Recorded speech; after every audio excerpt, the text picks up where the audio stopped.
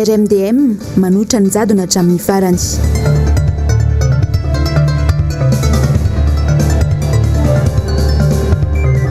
Demokrasia antsoratra no iainana eto.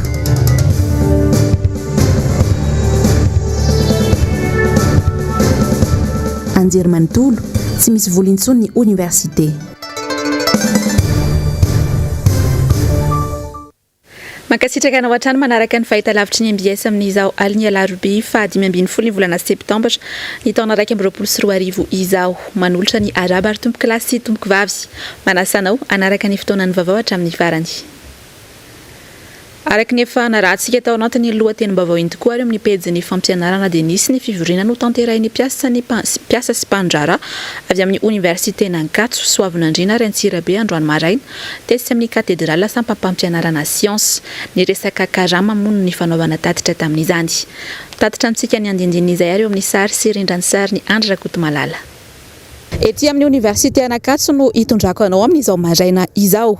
Ito ariny ito ny faculté ny siansa na ny katedrala ho an'ny sampam-pampianarana siansa.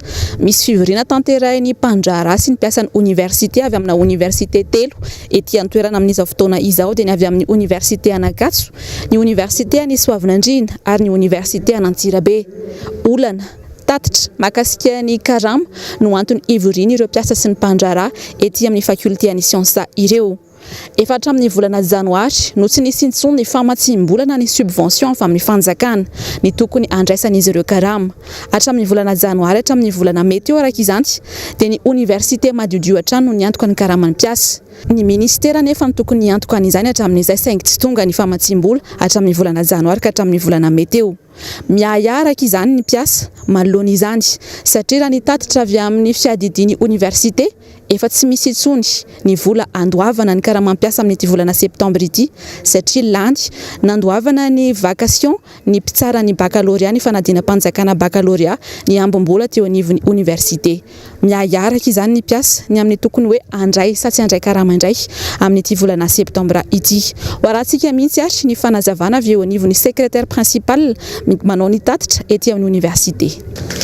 Rehefa ny fanatona tamin'ny tompona andraikitry ny université Antananarivo zay dia nilaza tokoa ny tao hoe nandoavana ny baccalauréat ny vola ambony tany amin'ny agence comptable dia miandry le subvention tokony ho alohan'ny fanjakana zany amin'le tokony menan'ireo le nanao bac reo le correcteur dia tsisy mihitsy zany eo fa ny teny agence comptable nandefa lettre de situation izy avany hoe tena tsisy andoavana karamam-piasa tsony ato. Itsika zao ao anatin'le fotoana tena sarotra ny mpiasa mpanjakana satria fampidirana mpianatra. Eo ihany koa ny akamaroan'ireo mpiasa ireo tena manao pré bancaire dia mety pénalisen'ny banque indray avy eo dia mampalahelo le mpiasa ary maro anisy amin'ireo tena le mba le sokajy le antonontonony zany le mpiasa ireo. Raha ny fampiresana tamin'ny secrétaire principal teo araka izany dia efa nisy ny fifampidiniana tamin'ny ministera makasika indrindra ny amerenana ny ministera indray ny subvention amatsina izay karaman'ny mpiasa izay. Raha tsy ahefitsika efa nisy ny fitokonana nataony reto mpandrara sy mpiasa ny université reto ny volana may makasika indrindra izay fitakina karama izay satria saika taratra anty ny fandraisan'izy ireo ny karama. Ho andrasantsika indray araka izany izay mety ho toy izay fifampiresana teo amin'izy ireo sy ny ministera izay. Fa hatramin'izao aloha mpiasa manodidina ny 200,000 no miaina anatin'izay fitaintainana sy fanahina isaky ny faran'ny volana izay avy amin'ireo université telo. Ny vaovaon'ny trangam-piarahamonina kosa indray ary dia ny trangana aitrano goavana ny atoandro teo tesy akady fotsy be felatanana. Trano efa trano fantatra fa mahita amin'izany ny fandrimbonana ny namony afo ary namoaka ny entana izay tafavoaka ny olona teny amin'ny manodidina. Sy fantatra mazava kosa nefa izay tena ny andohany afo. Olona roa no fantatra fa mbola ny fampitadiavana nandritra ny firehetana. Tonga teny an-toerana moa ny mpamonjy voina ny feny afo.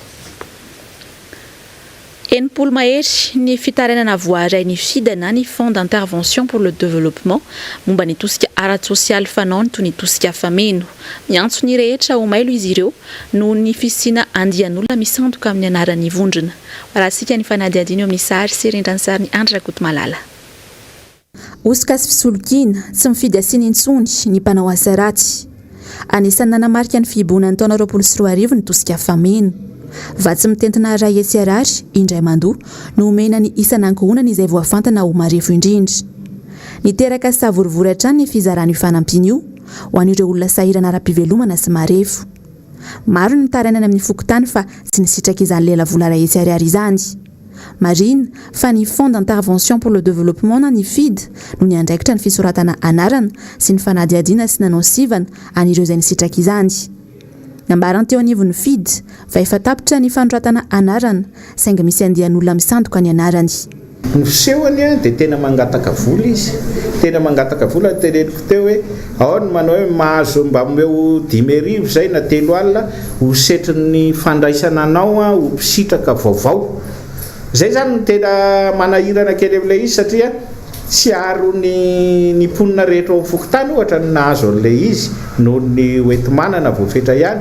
Dia ireo le mba te ahazo tamin'izany fotoana izany fatany dia jereny eo dia hoe raha te hiditra ho mpisitaka ianao efa zoky olona ianao manana klema marefa dia raisina mandoa an'io vola io ianao ho fity. Dia misy ndraiky io nefany ireo le fianakaviana efa nahazo ireo koa teneniny hoe raha tianareo ny hitoiza ty fandarana azy ty mba hahafahana amin'ity dia mila mba misy vola ho raisina. Efa misy ny voasambotra ka ny faritra Anosy Vavaka Ambohimanarina ary ampita-tafika ny toerana ahitana izany trangana fisandohana ny anaran'ny FID izany. Manoloana izany rehetra izany dia miantso ny rehetra ho mailo ny FID. Tsy mionona fotsiny amin'izao fiaraha miasa amintsika mpanao gazety zao tsika. Efa mipetraka any amin'ny tompon'andraikitra efa daholo zany any amin'ny polisy any amin'ny gendarmerie ny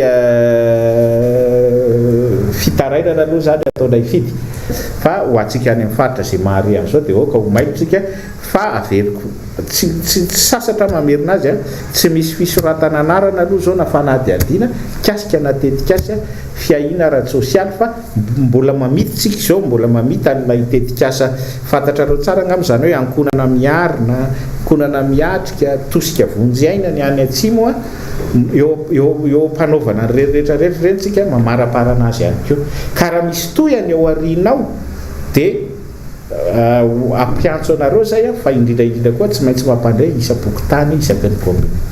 Anisan'ny asa miroborobo eto amintsika ny fisolokiana sy ny fisandohana amin'izao. Vao maika nampiroborobo izany nandritra izao krizy ara-pahasalamana izao. Tsy mifidy asiana intsony ny olona, eny na dia vondrona iraisam-pirenena toy ny FID aza. Isan'ny mampikaikaiky ny mponina manerana ny nosy hatramin'izao ny fahatapahan-jiro sy ny tolotra tsy mifanaraka amin'ny sarany atolotry ny orinasa Jirama. Nanosy-kevitra ho vahaolana mahany izany indrindra ary ny mpahay toe-karena iray tafaresaka tamin'ny Nambinitsoa Velositraka sy Manora Andriamalala.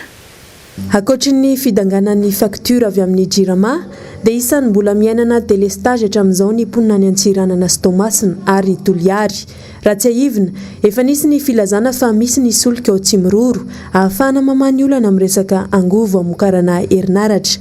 Nijanona ho fampandrinadrisa nefa izany raha ny fahitan'ireo mponina any amin'ireo faritra ireo. Inona marina ny tena tsy mampivany olana?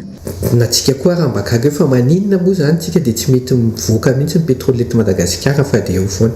Men'Andriamanitra mihitsy zany tsika firenena hoe sady misy rano betsaka eto no misy pétrole eto no misy masoandro eto dia nefa mahagaga rehefa jerena ny amin'ny doing business ny Banque mondiale dia mbola Madagasikara voana ny firenena izay manana taux d'électrification ambany indrindra. Tsy tokony atao alaolana ny angovo, ananantsika avokoa mantsy na ny solika indrindra ny pétrole na ny rano na ny masoandro ary isan'ny mampiavaka ny Madagasikara amin'ny manosy azy izany. Tokana ny vahaolana dia ny fampiarana ny fitsinjaram-pahefana tsakany sy andavany fa tsy kobakambava fotsiny ihany raha ny fanazavana. Amiko aloha vahaolana amin'ilay izy dia tena tsotra be. Vao maika izany manamafy hoe tokony atao mihitsy ny décentralisation. Satria mantsy ianao raha manana firenena décentralisé ohatrany hoe décentralisé isaky ny district io zany ohatrany raha eo fa ny district anankiray a tsy vonina ny hitrandraka ny arena kibony tany a au moins ny sasany a mety afaka hoe mazoto kokoa iara-iasa amina olona avy any ivelany na olona eto anatiny a hitrandraka an'le na pétrole io a na le centrale hydraulique io a na le centrale solaire io a mba ahafahana mamisy électricité any amin'le faritra ny électricité ny tena anisan'ny hoe moteur en développement l'électricité ny ahafahanao ampiodina usine, l'électricité ny ahafahanao mahazo jiro amin'ny alina, ahafahanao mianatra, ahafahanao miasa. Zany hoe anisan'ny tena fianarana sy électricité zany anisan'ny tena pilier ny développement. Ka raha ohatra ka hoe misy faritra sasany tarakiraiky ohatrany hoe mbola miandry asa hoe miandry miracle inona ny ahafahana miandry tsy fantatra hoe miandry inona zay vao ianao an'le exploiter an'izay source d'énergie zay ny sasany mety hoe tonga dia exploiter an'le izy haingaikaingana dia mety ho exemple iny zany ho an'ny faritra sasany hoe maninona ny faritra ny district ary mavita manangana centrale hydraulique maninona tsika tsy mavita dia amin'izay zany ny district rehetrarehetra eto Madagasikara mety haingaikaingana kokoa le fananganana le izy raha ny hita nefa toa tsy mihevitra ny ampiatra izany akory raha fanjakana treto hijanonao fahazarana tsy maintsy iainan'ny vahoaka malagasy ve zany ny olana amin'ny Jirama Mariana fa 520 isanjaton'ny mponina an-tanan-dehibe sy enina isanjato any amin'ny tontolo ambanivohitra no misitraka herinaratra eto Madagasikara. Mpandraharaha vahiny iray no handray ny tranombarotra Shoprite miisa 10 eto Madagasikara amin'ny alalan'ilay fiaraha-miasa amin'ny sistema EU any Frantsa sy ny vondrona Abibo. Tazomina avokoa araka izany ny mpiasa rehetra manodidina ny valonjato manerana ny nosy raha ny vaovao ary toetrany ihany koa ny famarotana ny entana rehetra amin'ireo toeram-pivarotana ireo. Manomboka ny fiandohany taona 2024 no fantatra fa andray tanteraka ny fitantanana ity vondrona ity ary iova ho magasin io izay kooperativa hitambaran'ireo mpivarotra tsy miankina manana toeram-pivarotana miisa 900 izany. Raha tsy aivina moa dia tsy eto Madagasikara ihany fa hiala amina firenena maro aty Afrika ny tranombarotra Shoprite noho ny antony samihafa. Eo amin'ny pejy ny toe-karena kosa indray ary dia Madagasikara no anisan'ny manana arenan-dranomasina goavana izay ahafahan'ireo mponina amorontsiraka mivelona sy manao asa fiariana isan-karazany mifandray amin'izany. Arahana ato anatin'ity fanadihadiana ity ary ny tombontsoa sy ny olana sedray ny toe-karena manga. Fanadihadiana eo amin'ny sary sy rindran-tsary ny Andra Kotomalala. Mirefy efatra lasiraety sy iray tapitrisa kilometatra toradro ny faritra ara-toe-karena manokana an-dranomasina na ny ZEE ananan'i Madagasikara ary morontsiraka amin'ny totaly 705 kilometatra no ahitana arenan-dranomasina marobe. Tsy voatrandraka araka ny tokony ho izy anefa izany. Raha oharina amin'ny toe-karena mena izay mikasika ny fitrandrahana arena ara-boajanahary ka miteraka voka-dratsy ho an'ny olombelona na koa ny toe-karena maitso izay mitandro ny fikajiana ny tontolo iainana saingy tsy mipaka mivantana sy eo ny eo ny famahana ny olana mifandraika amin'ny fahantrana ny voka-tsoaterany. Ny toe-karena manga kosa dia fanohitra ho an'ny toe-karena sy ny fampandrosoana maharitra. Inona ary zany no tena mahazava-dehibe ny toe-karena manga raha oharina amin'ny toe-karena mena izay ny ressources naturelles sy ny maitso ny environnement. Zany hoe manana any amin'ny presque 2 millions de kilomètres carrés zany tsika amin'ny ZEE ka io misy ressources BDP ao anatin'izany ny arena any ambany-ranomasina ny pétrole sy ny rehetrarehetra ao anatin'izany koa ny trondro io moa zany mahazatra antsika fa nefa ny ampahany any iny ary izay koa le niteneniko hoe raha manana toby na sambotsika seranana izay mpanamboatra na mpamatsy an'ireny sambo iraisam-pireneny ireny dia mampiditra vola be koa zany tafiditra ao anatin'le hoe fiarikarena manga. Maro ny sehatrasa mifampiankina ka misy fiantraikany amin'ireo rohim-piainan-dranomasina sy amorontsiraka. Ohatra, ny jono, ny fizahan-tany, ny fitaterana an-dranomasina sy an-dranomamy, ny indostria an-dranomasina, ny angovo, ny fitsaboana sy ny maro hafa. Noho izany dia miteraka asa maro ny toe-karena manga. Ino ary no dingana tokony arahana amin'izany satria efa mitsipozipozy ny tontolon'ny asa. Raha ohatra fotsiny zao dia amin'ny lafin'ny jono zany dia malaza fa be dia be mpangalatra ny arenantsika ao. Olona zany tokony ho arahantsika maso. Manarakaraka an'izany dia eo amin'ny fitrandrahana ny arena an-dranomasina amin'ny resaka ireo trondro ireo foana dia mbola be dia be zany ny atao hoe fomba mety hanatsarana any vokatra mba ahafahantsika manondrana satria ny fanjonoana madinika eto amintsika zany tena mbola sahirana be fa ankoatran'izay zany dia le nilazaiko teo hoe ino zao nisy resaka an'le hoe secret natatoato kanefa le secret io mampiditra vola be io amin'ny fanamboarana sambo andro mpanjono ohatra hoe européenne sy japonais zay namboarina tao taloha nefa ny amin'izao fotoana izao ohatra ny tsisy an'izany intsony. Hatreto aloha matoa ahitana voka ny toe-karena manga ho an'i Madagasikara izay nosy anefa dia tsy misy paikady mba hitandrovana ireo rohim-piaina amin'ny fampandrosoana azy. Inona no olana tena asedraintsika ary amin'ny toe-karena manga? Tsy mihitsy ve ny tantana ny fari-dranomasina sa ratsy ny fitantanana?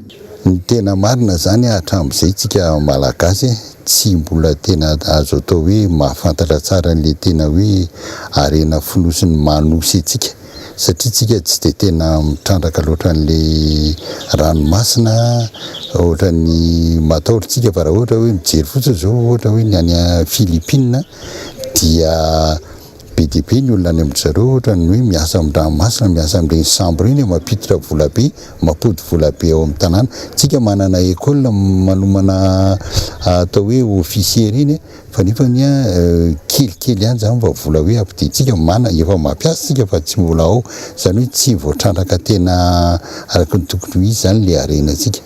Manan-danja eo amin'ny toe-karena malagasy ny fitrandrana ny arena anaty rano sy ny jono. Ny taona 2024 enina faingo enina isanjato ny ari-karena faobe sy 7 isanjato ny vokatra ahondrana dia avy amin'ny seha-pamokarana izany. Mahatratra hatramin'ny 510 faingo 470 miliara ariary ny tamberim-bidy azon'ny fanjakana. Mitana anjara toerana voalohany amin'izany ny vokatra makamba 230 faingo 5 isanjato. Tao anatin'ny 10 taona dia nisedra olana ny seha-piariana makamba noho ny fiainan'ny vokatra. Ny Covid-19 ihany koa dia nanampitrotraka. Toy ny fitrandrana tsy ara-draviny sy ny olana nosedraina teo amin'ny fiompiana ary ny fiovaovan'ny vidin'ny vokatra sy ny solika. Nanatanteraka asa sosialy androany avy amin'ny Croix Rouge Analamanga amin'ny boriboritany fahadimy. Nisy ny fanaovana didy baotra faobe natao tamin'ny ankizilahikely mahery ny 50 teny Ambatomainty fanadihadiny eo amin'ny sary Serendrantsary Andry Rakotomalala. Etsika efa fanao ny Croix Rouge Malagasy ato amin'ny boriboritany fahadimy eto Analamanga ny fanaovana didy baotra faobe isan-taona. Isaky ny volana meno fanatanterana ny didy baotra saingy noho ny amiana ara-pahasalamana dia nahemitra androany. Ho fitsinjovana indray aman-dreny tena sahirana no nanaovan'ny Croix Rouge distrika fahadimy ity asa sosialy ity. Efa manodidina ny 7 alina ariary tokoa mantsy amin'izao ny fanaovana didy baotra ankizilahikely anankiray. Lafo dia lafo ho any ankamaroany tokantrano malagasy. Zay ato amin'ny boribory fahadimy ihany distrika 5 zany dia amin'ny fokotany 720 kanefa io zany efa nisy ihany teo aloha zany fa ny anay zany zay zao mamarana anazy ty mois de septembre aty. Amay-poana tompoko didy baotra ataonay androany io amay-poana hitsinjovana sahirana satria hitantsika zao amin'ny fiainana amin'izao fotoana zao na teo aloha ary dia hita hoe sahirana mihitsy le olona satria ny manao didy baotra nge zao efa lafo be dia aloha mba hoe miandry sahirana eto amin'ny distrika ataoko. Nanomboka ny taona 2024 no nisy ny fanaovana didy baotra faobe no karakarain'ny Croix Rouge Malagasy boriboritany fahadimy. Izany hoe efa 5 taona izay. No tontosaina tao amin'ny fiangonana FJKM Antany Misaja androany ny famaranana ny fitoam-piasan'ny filoam-paritany tily sy ny mpanazava amin'ny faritra Boeny. Samy mamonjy MBS Mahajanga. Natao teto amin'ny fiangonana FJKM Antany Misaja Mahajanga ny famaranana ny fitoam-piasana ny tily ro mianadahy filoam-paritany tily izy ireo ary niasa tao anatin'ny 7 taona. Mandaro izany no entin'izy mianadahy ireto ary izo farana izao. Hafa izy ireo ny toam-piasana, hafa ihany koa ny toam-pitaizana. Mandaro fotoan-tsarotra izy ireo tao anatin'izay mandat anankiroa ny tondrana an'ity tily sy mpanazava ity ary izao ny farana izao.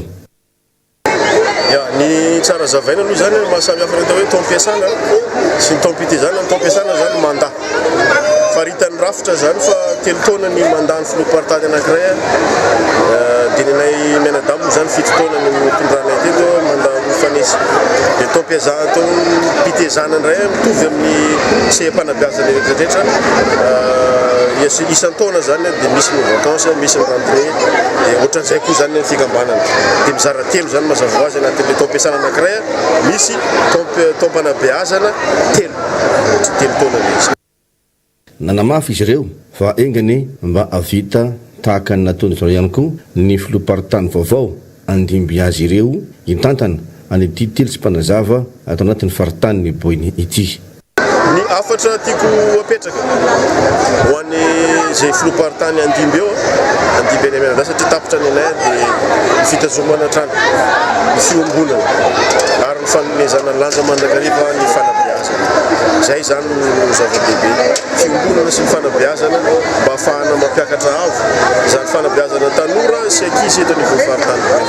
Ny faritany Boiny moa zany distrika maromaro distrikany Metsinjo distrikany Marivoia distrikany Ambatoboiny Mahajanga voalohany Mahajanga faharoa izay zany no mitambatra amin'ny faritany Boiny zany hoe ilay faritra Boiny ara-patsakana faritany Boiny no sy fikambanana azy. Telo taona ny fitondrany ao anatin'ny taom-pitezana iray ary isy menada ireto no tapitra ao anatin'ny fito taona izao. Tsara moa ny manamarika fa tao anatin'ity famaranana ity dia nisy ny fanolorana ny mari-pakasitrahana ho an'ireo nampita be teo amin'ny sehatry ny tily sy mpanazava tato anatin'ny faritany Boiny.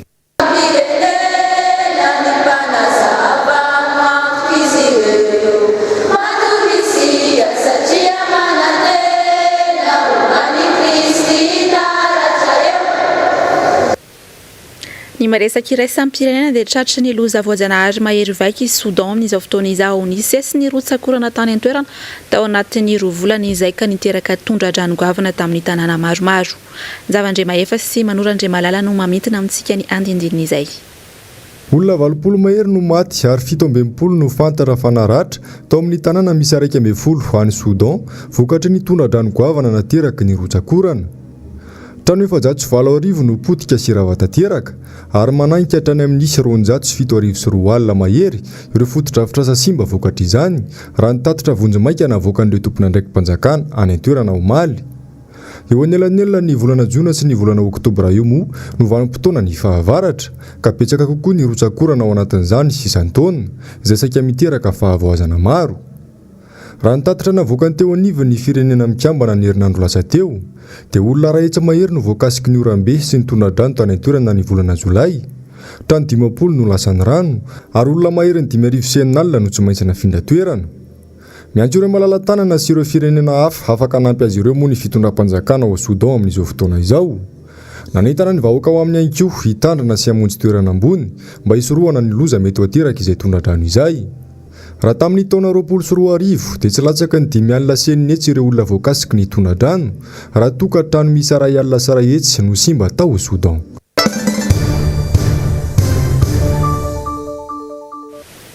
Nampiantso mpanao gazety ny vondry ny mpanohitra androany nanehoany heviny mikasika ny hetsika tany Antsirabe. Toerinay ny jadona tiany mpitondra apetraka ary mampafantatra ihany koa sady ny toy ny hetsika izahay ohatra ny mpanohitra raha nanao tatitra nandritra ny diany tany Antsirabe ny sabotsy lasa teo. Ramano Menjanahary sy Toky Ramarolahy. Ny zavatra tena nisy marina tany Antsirabe dia fampiororona tanteraka ataon'ny fitondram-panjakana amin'ny olona tsy mitovy hevitra aminy. Zany hoe fametrahana jadona eto amin'ny firenena. Ka na iza tsy mitovy hevitra amin'ny mpitondra-panjakana zany dia tsy maintsy ho irey foana no zavatra ho ataony na aiza tany alehany na aiza tany alehany. Efa ny safidy zany ty fitondram-panjakana ity fa hanimetraka ny jadona eto amin'ity firenena ity. Zay jadona tsy mifanaraka amin'ny lalam-panorenana, zay jadona tsy mifanaraka amin'ny fotom-pisainana malagasy, zay jadona tsy mifanaraka amin'izay fiarahamonina eto Madagasikara zay no tiany atao eto. Koa noho izany amin'ny anaran'ny RMDM ray manontolo no ilazanay sy anameloanay tanteraka fa tsy ekenay ny hametrahana izany jadony zany eto amin'ny firenena na amin'ny fomba ahoana na amin'ny fomba ahoana tsy ho ekenay amin'ny herinay rehetra izany jadona zany ho atao eto amin'ny tanindrazanay malalatsika ity amin'ny fotoanandro rehefa mazava zao ve masoandro rehefa mibalika nareo ndray tondra aizina ka hanarona an'ity firenena ity miala tsiny miala fondro rehefa nareo hitondra fahamasinana dia manome tokony vaoaka malagasy zahay fa hitondra fahazavana ho an'ity firenentsika ity ananatsika zay satria tsika miaraka amin'Andriamanitra zay tompon'le fahazavana fa itsika tsy miaraka amin'izay hitondra fahamasinana ka tonga ty firenena ity hiverin-dalana any amin'ny maizina indray faharoa efa nanome toky anareo izahay fa tsy hijanona amin'izao fa tsy maintsy iroso hatrany mandra-pahatateraka an'ilay fehi-kevitra izay nataonay tamin'ny fahatelo amby roapolo sy faefatra amby roapolo ny volana jolay lasa teo mety marary ny sasany mety mampatezitra ny sasany le fehi-kevitra kanefa igny ny hitan'ny maro ho vahaolana hoentina miatrika n'ity firenena ity ka amin'ny faharaiky na 1er oktobra dia ho an'ny morondavy zahay koa miantso anareo namana mpitandro filaminana rehetra fa ho an'ny morondavy zahay aleo rehefa ho an'ny morondava ihany ndao hiaraka miaraka aveto tsika dia miara-tongagna satria fahatatray fa tsy maintsy andeha ianareo amin'izay tandrehetra zay alianay ka andao re hiaraka e satria tandrazana iaraha-manana ity Madagasikara itsika ity satria ekenay ny fisian'ny mpitandro filaminana ekenay ny fiasan'ny mpitandro filaminana fa tsy ekenay ny anaovana herim-pamoretana zay voasoratra ao amin'ny fiaikevitra ny mpitandro filaminana na avy amin'iza na avy amin'iza tsy ekenay zany ny mpitandro filaminana gasy ka atao herim-pamoretana eto amin'ny firenena arovy ny vahoaka sy ny fananany fa mbola misy hery azo atsona hanavitra an'ity firenena ity eto ambonin'ity tany ity izay ny antony ny atsona ianareo namana mpanao gazety androany hanazavanay aminareo aoka re tsy avily lalakafa ny zavatra nisy tany Antsirabe fa izay no marina zay nisy zay ny zavatra tany dia fampioroorona tanteraka ny piraitan-drazana.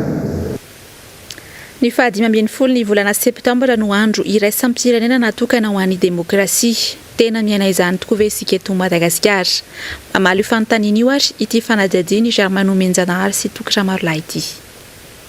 Niaina krizy politika maro i Madagasikara hatramin'ny iverenany fahalevantena ka hatramin'ny taona 2024 ity nanomboka tamin'ny taona 2017 izany ka hatramin'ny taona 2024 dia nifototra tamin'ny fitakiana ny fandray mivantana na tsy tamin'ny demokrasia sy ny manodidina azy fifidianana madio fahalalana maneho hevitra manao fitakiana sy ny sisa raha faritana tsotsotra aloha ny demokrasia dia endrika gouvernemanta miantoka ny fitomvian-jo sy ny fahafahany olom-pirenena tsirairay noho izany firenena demokratika marina ve i Madagasikara amin'izao fitondrana Rajoelina izao raha antsika nahita reny fitantanana ny vola nandritra n'ireny krizina Covid ireny ilaina ihany mahay mampiasa ny fahefanam-pahalalana rehefa manova budget am-panjakana nefa tsy nanao an'izany izy fa tonga dia nitapahany jerevy ihany koa nefa ny zavatra misy any ivelany fa ny fanapahana ny resaka confinement dia légiférer reny zavatra reny ka rehefa tsy misy reny zavatra rehetrarehetra reny tsy hay mampiasa ny fahefanam-pahalalana sy ny mpanao lalàna dia tsy misy zany ny demokrasia. Amiko manokana tsy malalaka fanohan-kevitra eto amintsika satria ianao zany rehefa manome hevitra anankiray dia tsy maintsy vokiana foana hoe ireo mpanohatra ireo na dia tsy mpanohatra koa ianao zany hoe tsy azo kianina mihitsy zany ilay mpitondra fa ohatrany hoe mety foana ny zavatra ataony dia na inona zany zavatra ataon'zareo dia tsy azo tenenina izy dia tsy demokrasia zany amiko. tsy mipetraka ny demokrasia eto amin'ny tany repoblika Madagasikara satria feon'olon-tokana no enona tsy afaka maneho hevitra rehefa tsy akoatra ny eo amin'ny fitondrana, zany hoe tsy maintsy ny azy ihany no arahana amin'ny zavatra misy. Iaraha mahita sy miaina ny zava-misy eto amin'ny firenena tato anatin'izay roataona sy tapany izay, tsy misy afaka ilaza fa malalaka ny faneho-kevitra sy ny fahafahana amin'ny teny. Raha mahakasika ny Madagasikara manokana dia fantatritsika ny zavatra misy, ny zavatra miseho eto. Na ny mpitondra samy mpitondra ary, izy samy izy ary dia tsy mahazaka ny fahamarinana hivoaka. Mazava ho azy moa, rehefa misy fahamarinana tian'ny mpanohatra ho avoaka, dia tsy zakany izay tsika izay, ary izany ny fomba rehetra tsy ho ahafahan'ny olona rehetra mandre feo afa-tsy ny feo an'ny mpitondra. Ka ninona zany ezaka ho ataonao dia takonan'ny mpitondra amin'ny teniny foana ny zavatra resahanao rehetrarehetra, ary ampiasainy ny fomba rehetra entiny manatanteraka an'izany. Hitantsika rehefa andeha aneo hevitra ny fanoherana dia mampiasa ny fahefana rehetra eo am-pelantanana izy, na ny olom-panjakana zany amin'ny alalan'ny préfet miaro ny tanàna ny OMC, ary mampiasa ny miaramila rehetra ihany koa izy anakanana ny hetsika sy ny fanahoan-kevitra izay tiana atao. Zany mbola manjaka sy misy eto amin'ny firenena, azadino nefa fa reny zavatra reny dia miteraka fahatongavan-tsain'ny vahoaka malagasy, ary maro ny tolona efa nataon'ny olona izay tsy teto amin'ny firenentsika fa ny firenena maro na dia ny afrikanina ary vokatra izay fanelingelenana ny zoan'ny olona amin'ny resaka demokrasia izay dia miteraka zavatra hafa reny raha tsy vitan'ny mpitondra ny manova ny fihetsiny amin'izao. Ny demokrasia dia mifototra amin'ny foto-kevitra marobe toy ny fifidianana madio, azo itikisana ary ny fanajana ny lalàna amin'ny lafiny rehetra, fitantanana tsara ny raharaham-panjakana, fandraisana anjaran'ny olom-pirenena, fahamendrehana, fangaraharana, fandraisana andraikitra ataon'ny olom-bofidy, ny fisarahany ny fahefana miantoka ny fahaleovantena ny fitsarana ary ny fanajana sy ny fiarovana ny zon'ny olombelona. Fa ny ataony amin'ny aty-amintsika eo nge ifandre-mitsainy fandribiribeny ny tena demokrasia dia mandeha ho azy, ary ny malagasy tsy ampianarina an'izany. Ny malagasy manana ny hoe fampihavanana, ary tsy misy mampianatra antsika an'izany fihavanana izany. Zany ny atao hoe demokrasia zany fihavanana izany, bazy zany. Fa ny frantsay politika ny anaovany an'izany, hitondrany ny zanatany rehetra ifehezany ny toe-karena amin'ny malagasy. Ka amiko ny demokrasia dia mazava ny resaka, samy manana ny azy, fa miaritra eto amintsika aloha amin'izao fotoan'izao dia demokrasia andemony, manao izay tiany atao izy. Marina fa i Madagasikara dia tsy mpikambana ao anatin'ny Community of Democracy, vondrona mampifandray ireo firenena demokratika maneran-tany. Madagasikara raha teo dia mbola tsy nankatony sata afrikanina momba ny demokrasia, ny fifidianana ary ny fitantanana, na teo aza ny fampanantenany ny gouvernemanta anao izany tamin'ny volana Mey taona 2024. Ny tena olana ihany koa dia mitoetra amin'ny tsy fisiany ny fahalalahana, enina dia atao hoe demokrasia aza. Ny vahoaka tsy nahita fianarana dia tsy mahatakatry ny fampiarana ny tena demokrasia, izay mety hitarika ny firenena mankany amin'ny fahamarinana ara-sosialy lehibe kokoa sy anatsara ny varim-piainana izy ireo. Mbola miteraka resabe hatramin'izao ny fietsika ataon'ny fitondram-panjakana mahakasika indrindra ny ady amin'ny nosy manodidina. Androany moa dia nijoro ny fikambanana tanora izay nanamafy fa hiady ny mba hiverenan'ireo nosy ireo amin'ny Madagasikara. Nambaran'izy ireo nandritra ny tafa ho an'ny mpanao gazety fa tazana ny tsy fahavononan'ny fanjakana hiady amin'ireo nosy ireo. Fanampanazavana. Raha ohatra ka mijery atsika talohan'ny nisian'ny CCIV anisan'ny nanambaran'izany filoha tany amin'ny fihaonana voalohany angambany tany a France teo anatrehany filoham-pirenena frantsay, ary mivantana amin'ny radio sy télé tamin'izany fotoana zany fa tokony ho averin'ny frantsay amin'ny malagasy ireo nosy malagasy ireo, ary niteny filoham-pirenena tamin'izay fa aloha amin'ny 26 jona dia tsy maintsy miverina amin'ny malagasy ireo nosy malagasy ireo. Tao anatin'ny fotoana io nefa nanao action foana ny frantsay izay tao amin'ny Juin de Nova, ary nidina tao izy niteny hoe any frantsay ireo, ary après an'izay nanao volavolan-dalàna ihany koa ngamba ny sena frantsay fa hitantsika an'izany dia ny avy aty amin'ny fitondram-panjakana tsy isy action mihitsy natao dia gaga atsika zany hoe mijery ny fitondram-panjakana nefa izy ilaza hitarika ny ady sy amerina an'io nefa ny hatramin'izao izy tsisy resaka tamin'ny fionana farany teo tsisy resaka dia zay ny antony irosoantsika zany hoe tsy maintsy mirosontsika anery ny fitondram-panjakana amin'ny fitakinana io indrindrindrindra amin'ny famiatrana n'le lalàna zay tokony hodiniana eny amin'ny assemblée nationale.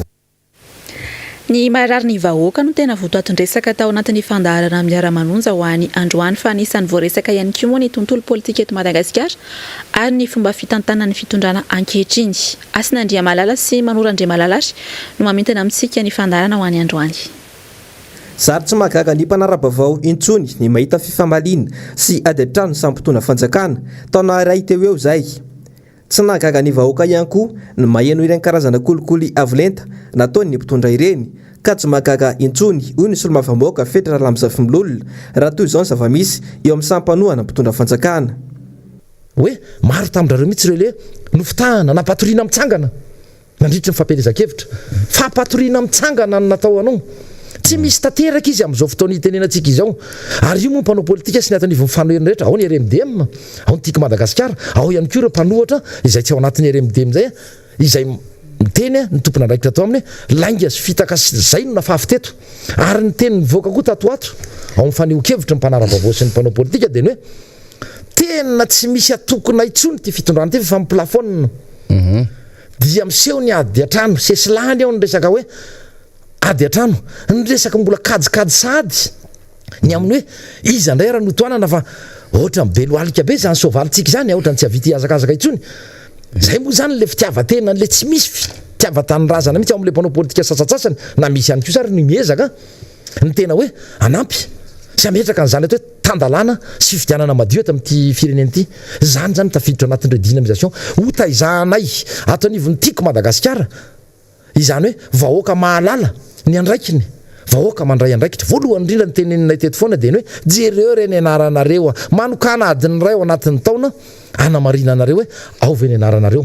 Tonga nanatevin-darana ny fandaharana miara-manonja moa androany ny filohan'ny RMDM avy any Amparafaravola ny Distim ao Antananarivo fahadimy ankoatran'ireo mpanentana ny fandaharana izay nitondra ny marary ny vahoaka. Ho tanterahina ny sabotsy izao kosa ny esika izay karakarainy avy ao anivon'ny tanora tiako Madagasikara eto Analamanga. Ao anatin'ny fanomanana tanteraka ity esika ity moa fanampiana ny ray aman-dren'ny mpianatra amin'izao fotoana izao ny antoko no mafisy ny mpikarakara araka izany fa azo atao tsara ny manome fitaovam-pianarana mandritra ny etsika ho an'ireo izay afaka manao izany. Charmano Menjanahary sy Tokatra Marla. Arak'izao hitantsika amin'ny sary zao moa zany dia ity akona no misy anay zany hoe ity no toerana anatanterahana ilay etsika izay karakaray ny tanora tiako Madagasikara amin'ny asabotsy ho avy izao. Etsika izay natao indrindra anampina ny ray aman-dreny ao anatin'ny fahasahiranana amin'ny fampidirana mpianatra izao. Ao anatin'ny fanomanana tanteraka ny ity toerana amin'izao fotoana izao ny fikarakarana maro samihafa mba ahafahana manatanteraka n'izay etsika izay. Fialamboly maro no hita eto araka ny fanazavana moa izay ataony ireto mpikarakara izay eto akaikina indrindra ka dia hoe ndao arahantsika aloha izay fanazavana zareo mpikarakara an'ity etsika ity izay. Zahay Gentime Analamanga dia mikarakara etsika eto amin'ny akona lasora ny sabotsy ho avy izao manomboka amin'ny 6 ora sasany mandritra ny tontolon'ny andro. Io etsika io dia levée de fond karakaranay araka ny thème zany izay voizin'ny tanora time hoe tanora tompon'andraikitra. Mitondra ny anjara birikinay zahay anampinay andro ray aman-dreny tojony fahasahiranana amin'ny fampidirana mpianatra. Hitantsika amin'ny 20 ny volana septambra io moa zany eto amin'ny akona lasora dia misy ny animation DJ, misy ihany koa ny karaoké, misy ny fifaninanana isan-karazany izay hita ao anatin'izany ny basket, hita ao ihany koa ny pétanque ary manaraka eny ihany ny barbecue izay hoentina ampifalifaliana atsika rehetra ka manasa atsika zany izahay anatin'izay ny Team de Madagasikara ho avy satria ny adito vita ny fafinaretana azotsika menakavy dia anapiko an'izay misy ihany koa ny be VIP sy ny be tsotra izay azotsika jifaina eny amin'ny Bel Air dia manasa atsika tonga maro arak'izany dia fialam-boly maro no hitantsika ety atoerana amin'io asa botsy ho avy io anentanan'ny mpikarakara atsika rehetrarehetra ho tonga hiatrika izany fanampiana ireo ray aman-dren'ny mpianatra izay sahirana ao anatin'izao fampidirana mpianatra sy ny krizy maro lafo mahazo ny firenentsika izao no tanjona ao ambadika izany etsika izany anatsanantsika rehetra arak'izany ny sabotsy ho avy izao ny fotoana ety akona bypass. Warahanao rehefa avy eo ary ny fampalalambavao ny fandaharana Global News aoriana izay kosa ny fandaharana Sahila zao ka ny vahiny Clémence Rarnirina ao anatin'ny fandaharana dia ilova lalaina raha miaratsoela izy moa dia mpandrindra nasional ny tanora RMDM aoriana izay fandaharana Sahila zao izay ary dia hoaratsika ihany koa ny horonan-tsary izay mitondra ny lohanteny hoe Just Getting Started izay ary no amarana tanteraka ny fotoana ny fampalalambavao tamin'izao alina izao mankasitraka anao nanaraka izany hatramin'ny farany mametraka ny veloma mandrapitafa ho amin'ny manaraka indray tompoko.